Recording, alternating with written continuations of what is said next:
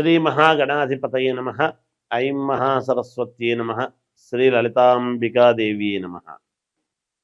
రాశి ఫలాల కార్యక్రమంలో భాగంగా ఈ సెప్టెంబరు మాసము అంతా కూడా చివరి వరకు, మాసము ప్రారంభం నుండి చివరి వరకు కూడా ద్వాదశ రాసుల వాళ్లకు, అంటే 12 రాసుల వాళ్లకు, మేషం నుండి మీనరాశి వరకు అందరికీ ఎలా ఉండబోతుంది, ఏమి చేసుకుంటే మేలు జరుగుతుంది అనేటువంటి విషయాలు ప్రతి మాసము చెప్పుకుంటున్నట్టుగానే ఈ మాసము కూడా చెప్పడం జరుగుతున్నది.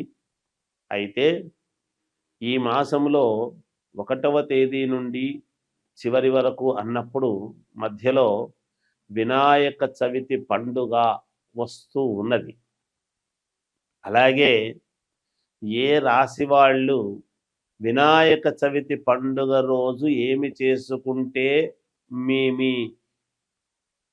పనులకు విఘ్నాలు తొలగి నిర్విఘ్నముగా బాగా ఉండేట్టుగా మేలు జరుగుతుంది అనేటువంటి విషయాన్ని ఈ ద్వాదశ రాసుల వాళ్లకు కూడా చివరిలో చెప్పడం జరుగుతున్నది. అందువలన అసలు ఎలా ఉండబోతుంది, ఏ రాశి వాళ్లకు, ఏ రాశి వాళ్ళు ఏమి పరిహారము చేసుకుంటే మేలు జరుగుతుంది. వినాయక నవరాత్రులు వస్తున్నాయి. ఈ వినాయక నవరాత్రులలో ఏదో ఒక రోజు, ఏ రోజైనా పర్వాలేదు, ఏమి పాటిస్తే మీకు మేలు జరుగుతుంది. 11 రోజుల లోపల మొదటి రోజే అందరికీ కుదరకపోవచ్చును కదా. కాబట్టి 9 రోజులో, 11 రోజులో లేదా 3 రోజులో జరుగుతుంది. అయితే ఇళ్లల్లో పూజలు చేసుకుంటారు, వినాయక చవితి పూజలు. కానీ వినాయక దేవాలయములో చేసుకునేటువంటి పరిహారం ఏమిటి అనేటువంటిది నేను చెబుతాను. మనం ఏ కార్యక్రమం చేసినా ముందు వినాయకుడిని పూజిస్తాం. అలా మేలు జరగడానికి మీకు తెలియజేస్తున్నాను. పూర్తిగా విని శ్రద్ధగా అవి పాటించండి, తప్పకుండా మీకు విజయము లభిస్తుంది అనేటువంటిది తెలియజేస్తున్నాను.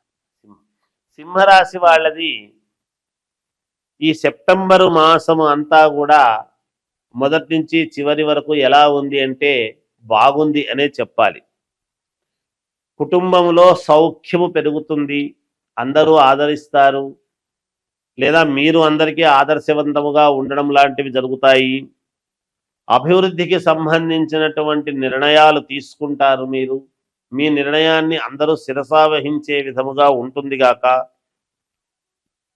విద్య అభివృద్ధి, అంటే విద్యాభివృద్ధి ఎప్పుడు విద్యలో ఇది పాస్ అయి ముందుకు వెళ్ళటము కానీ, లేదా ఇంకేదైనా కోర్సు చేయాలి అనుకునేటువంటి విధానముగా కోర్సులు చేసుకోవడానికి కావాల్సిన నిర్ణయాలు తీసుకోవడం కానీ అలాంటివి జరుగుతాయి. ఉద్యోగ ప్రాప్తి కలుగుతుంది. మీరు ఒకవేళ అప్లై చేస్తున్నా గతంలో, లేదా ఇప్పుడు ఉన్నట్టుండి అప్లై చేసినా, లేదా ఎవరైనా పిలిచి ఇక్కడ ఉద్యోగం నీకు ఉంటుంది రా అని పిలుపు కానీ, ఇలాంటివి మీకు తటస్థపడతాయి గాక. అధికారుల యొక్క మన్ననలు పొందుతారు. ఉద్యోగం చేసుకునేటువంటి వాళ్ళు పై అధికారుల యొక్క ప్రశంసలు మన్ననలు పొందేటువంటి దానికి అనుకూలముగా ఉన్నది. మీరు ప్రయత్నము చేసేటువంటి ఏ కార్యమైనా కూడా అది నెరవేరటానికి అనుకూలవంతముగా ఉన్నది. అంటే ప్రయత్న కార్యక్రమాలు నెరవేరుతాయి అని దాని అర్థం. అంటే మీరు ఏదైనా అనుకోవచ్చు, ఇది చేద్దాం ఈ నెలలో, ఇది చేసుకుంటే బాగుంటుంది, ఇది మొదలు పెడదాము అని. పెడదామా వద్దా అనేటువంటి ఆలోచన అనవసరం. పెట్టండి, మేలు జరుగుతుంది, ధైర్యంగా మొదలు పెట్టుకోవచ్చు. మీకు వృధా కలహములు, అంటే అనవసరమైనటువంటి కలహాలు ఏవో మీకు రావచ్చును అనేటువంటిది సూచనప్రాయంగా తెలియజేస్తున్నాను. అపకీర్తి సంభవిస్తుంది అనేటువంటిది కూడా ఉన్నది. లేనిపోని అనవసరముగా మీరు అక్కడ సన్నివేశంలో లేకపోయినా మీ మీద అపవాదు అనేటువంటిది రావటము జరగవచ్చును. దాని వలన కాస్త మనక్లేశం, మనస్సు బాధపడము, నేను అక్కడికి వెళ్ళనే లేదు, వాళ్ళని ఒక మాట కూడా అనలేదు, నేను మాట పడాల్సి వచ్చింది అనేటువంటి బాధ మీకు కలుగుతుంది. ఈ దానివల్ల చిన్న మనస్సుకు అశాంతి అనేటువంటిది ఉంటుంది. అలాగే శరీరములో వాతము, పిత్తము, కఫము అనేటువంటివి ఉంటాయి. అలాంటి వాత రోగములు అనేటువంటివి కాస్త సంభవించే ఇది ఉన్నది. ఆరోగ్యాన్ని జాగ్రత్తగా చూసుకోండి. చంచల బుద్ధి అంటే ఒక దాని మీద అని పెట్టి బుద్ధి ఇంకొక దాని మీదకి పోవడము, దాని మీద కాకుండా ఇంకో దాన్ని అనుకోవడము, అలాంటివి కాకుండా చూసుకోండి. బంధుమిత్రుల యొక్క విరోధము సరే అనూహ్యముగా కలిగే ఇది ఉన్నది. ఈ మాసములో జాగ్రత్తగా అడుగులు వేయండి, మేలు జరుగుతుంది. ఇంకా మెరుగైనటువంటి ఫలితాలు మీరు సాధించుకోవాలి అంటే ఇప్పుడు ఈ వినాయక నవరాత్రులు వస్తూ ఉన్నాయి. ఈ వినాయక నవరాత్రులలో గణపతి దేవాలయములో మీరు చేయవలసినటువంటిది ఏమిటి అంటే మామూలుగా మల్లెపూలు ఉంటాయి లేదా జాజి పూలు కానీ, ఈ పువ్వులు మల్లెపూలు కానీ జాజి పూలు కానీ ఒక పావు కిలో మందము తీసుకొని స్వామికి ఇవ్వటము. 2 టెంకాయలు కూడా స్వామికి ఇవ్వండి. అలాగే ఒక ఆకుపచ్చని గుడ్డ అంటే రవిక పీసు లాంటిది ఇవ్వండి స్వామికి, మేలు జరుగుతుంది. జయోస్తు. భాద్రపద మాసము యొక్క విశిష్టత వైశిష్ట్యం ఏమిటి అని మనం ఒక్కసారి చూసుకున్నట్లయితే శ్రావణ మాసం అయిపోతూనే భాద్రపద మాసము వస్తుంది. భాద్రపద శుద్ధ చవితి వినాయక చవితి. ఆ వినాయక నవరాత్రులు 11 రోజుల 9 రోజుల అనేటువంటిది మనం చేయడం జరుగుతూ ఉన్నది వినాయక నవరాత్రులు. అయితే భాద్రపద మాసము అనంగానే కలవు చండీ వినాయకవు అని. కలియుగములో చండీ అంటే అమ్మవారు పార్వతీదేవి కదా, అందువలన అమ్మవారిది వినాయకవు అన్నాడు. అంటే వినాయకుడు. మనం ఏ కార్యక్రమము చేసినా, ఏ పూజ చేసినా, ఏది తలపెట్టినా ముందు గణపతి పూజ చెయ్యందే, ముందు గణపతి స్మరణ చెయ్యనిదే మనం ఏది చేయటానికి లేదు. ఎందుకంటే దేవతలు కూడా గణపతికి ప్రథమ గణాధిపత్యం అనేటువంటిది ఇచ్చారు. కాబట్టి మనము కార్యము ఏది తలపెట్టినా అది నిర్విఘ్నముగా సాగాలి అంటే అందుకని వినాయకుడి యొక్క మననం మనం చెయ్యాలి.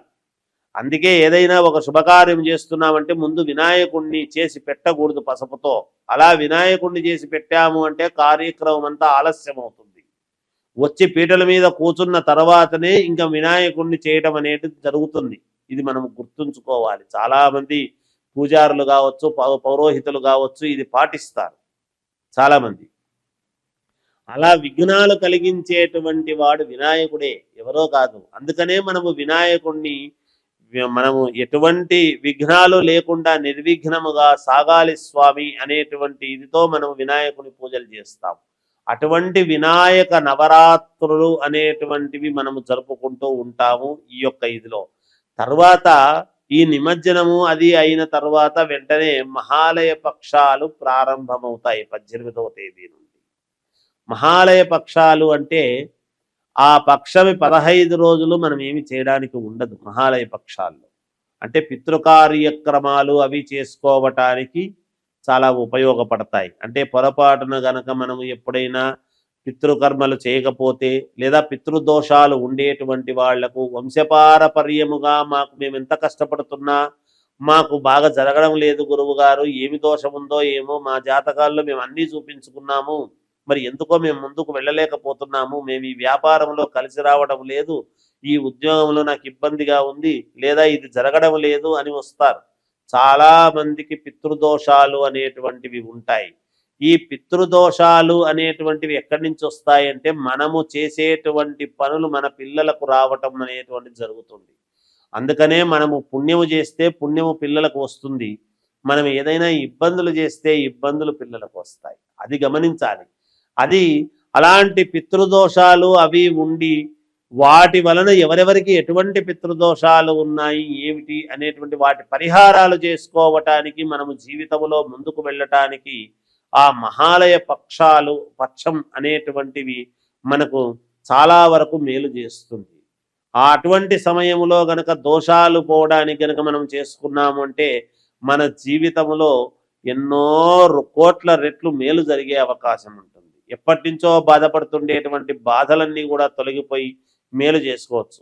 అయితే ఎటువంటి పరిహారాలు గురువుగారు అని అనవచ్చును. అయితే ఎవరి జాతకాన్ని బట్టి వాళ్ళకు పరిహారాలు ఉంటాయి, ఎవరి స్థితిగతులను బట్టి వాళ్ళకు పరిహారాలు ఉంటాయి.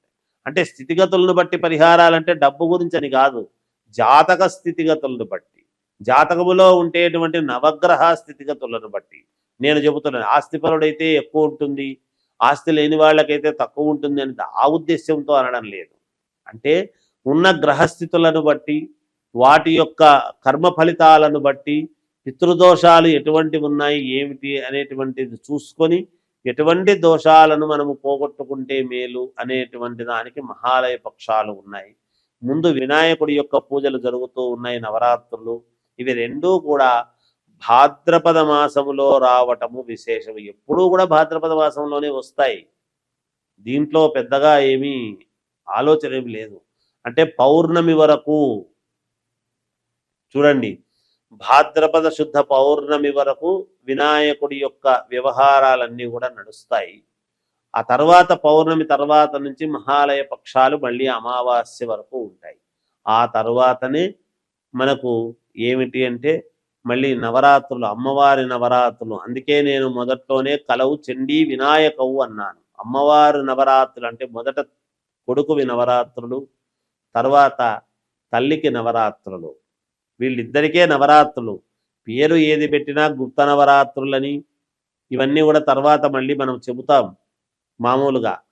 అవి ఏవి పెట్టినా ప్రాధాన్యత ఏమిటి అంటే గణపతి నవరాత్రులు, ఈ దసరా శరన్నవరాత్రోత్సవాలకు అమ్మవారి నవరాత్రులు. అందుకే తల్లి కొడుకు, ఇంట్లో పెద్ద కొడుకు ప్రతి వాళ్లకు కూడా పెద్ద కొడుకు వినాయకుడితో సమానమే, చిన్న కొడుకు సుబ్రహ్మణ్య స్వామితో సమానమే. అదేమిటి గురువు గారు ఒకవేళ ముగ్గురు నలుగురు కొడుకులు ఉంటే అని అనుకోవచ్చు. నేను మాట వరుసకే చెప్పాను పెద్ద కొడుకు వినాయకుడు లాంటి వాడు అని. ఎందుకంటే బరువు బాధ్యతలు వినాయకుడికి తెలిసినంతగా ఎవరికి తెలియదు. అందుకని ఆయనకు మనము ఆరాధించడంలోనే మన బరువు బాధ్యతలన్నీ కూడా తొలగాలి, మేలు జరగాలని కదా మనం పూజిస్తాం. అందువల్ల చెప్పాను. ఈ భాద్రపద మాసాన్ని అందరూ కూడా సద్వినియోగం చేసుకొని మీకు తగిన తోచిన విధముగా గణపతి నవరాత్రులలో పాల్గొని మీరు ఇది చేసుకోండి. తర్వాత మహాలయ పక్షాలలో మీకు కావాల్సినటువంటి అయ్యగారుల దగ్గరికి వెళ్ళి మీ జాతకాలను చూపించుకొని ఏమైనా పితృదోషాలు ఉంటే ఈ మహాలయ పక్షంలో ఈ 15 రోజులలో అవి పోగొట్టుకునే విధముగా చేసుకోండి. తద్వారా మీ ఎదుగుదలకు మీరే మూర్ధన్యులు కండి, మేలు జరుగుతుంది. జయోస్తు.